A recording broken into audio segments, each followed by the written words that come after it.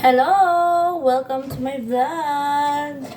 So, for today's video guys, gagawa ako ng simple cassava cake. Simple lang siyang gawin guys. Mas simple lang yung ingredients. So, meron akong 5 ingredients dito paggawa ng cassava cake. So, meron akong coconut or gata. Meron akong condensed.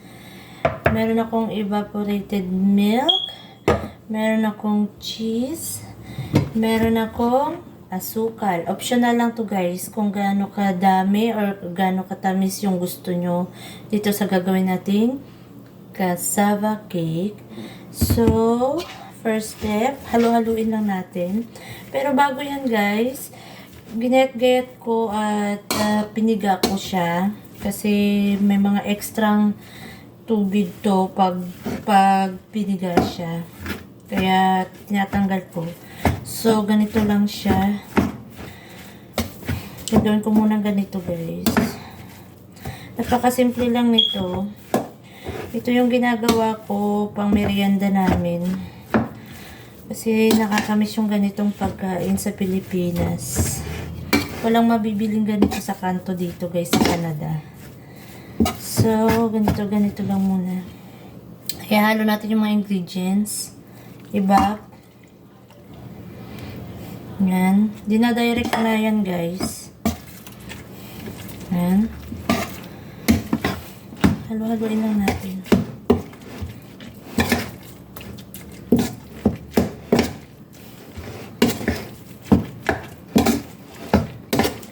Depende sa inyo guys kung gaano karami yan. Ako kasi tinatsansa-tsansa ko lang. Kasi depende sa dami ng gagawin. So ito 5 ano to guys, kasaba na malalaki. Sunod ko yung gata. Yan, gata.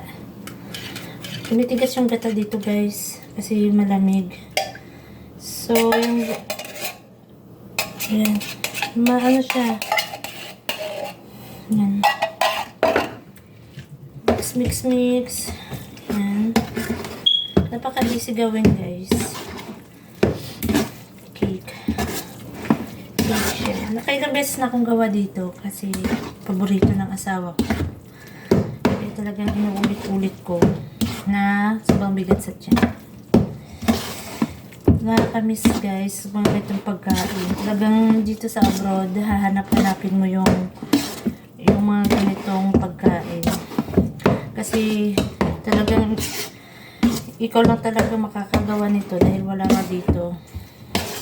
Actually guys, dito ko lang ito natutunan kasi sa Pilipinas may nabibili naman sa mga kanto-kanto lang o sa mga ano lang, sa mga daan-daan o sa palengke. Dito kasi talagang wala. So, kanya-kanya talagang luto dito.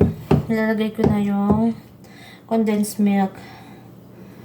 Yan. Gusto ko medyo matamis dito guys Kaya talagang tinitikman ko pagkatapos kong maglagay ng condensed milk kung gaano siya katamis. Halo-halo lang din guys. Mekos-mekos. Yan.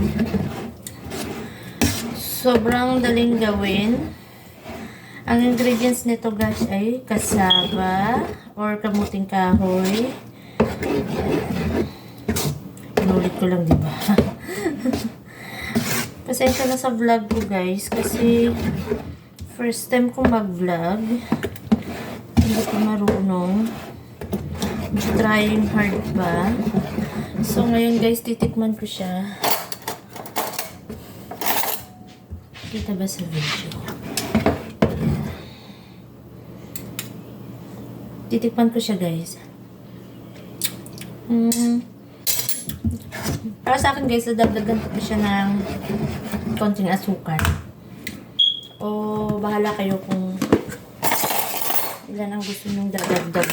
Sa akin na mga 1, 2, 3, 4, 5. So, mga 5. Dahil gusto ko manamis-namis. Ayan. Super sarap.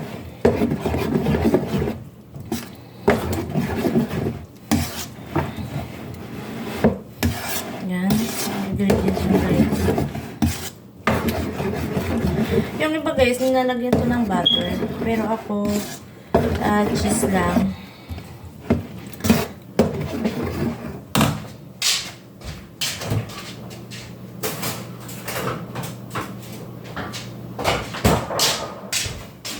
Lalagyan ko siya guys ng 2 itlog. Nakalimutan.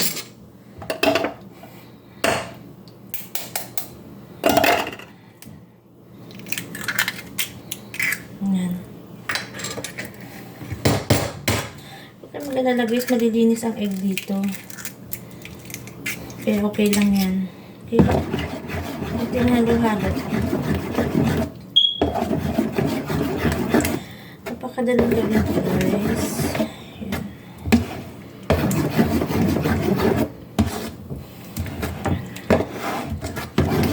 Sobrang dinam-nam ito.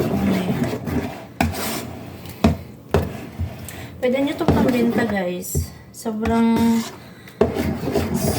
siya mabili. Yan lang talagang dapat matyaga kayo dito kasi gagayatin nyo pa. Tagal mo kaya. Halo-haluin nyo pa guys.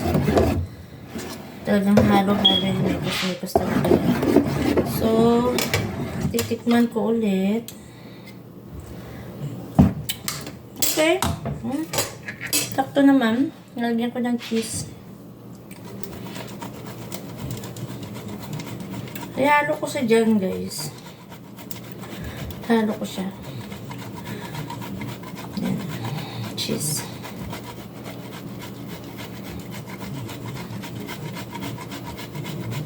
Depende sa dami ng cheese.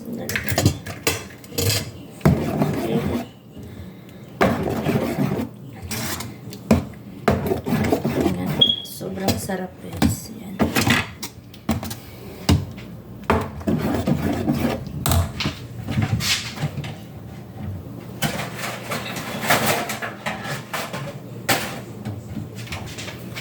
So guys, lalagay ko na siya dito. Sasalin ko lang siya, tapos lalagay ko siya sa oven. Hanggang dito na lang po ang video natin.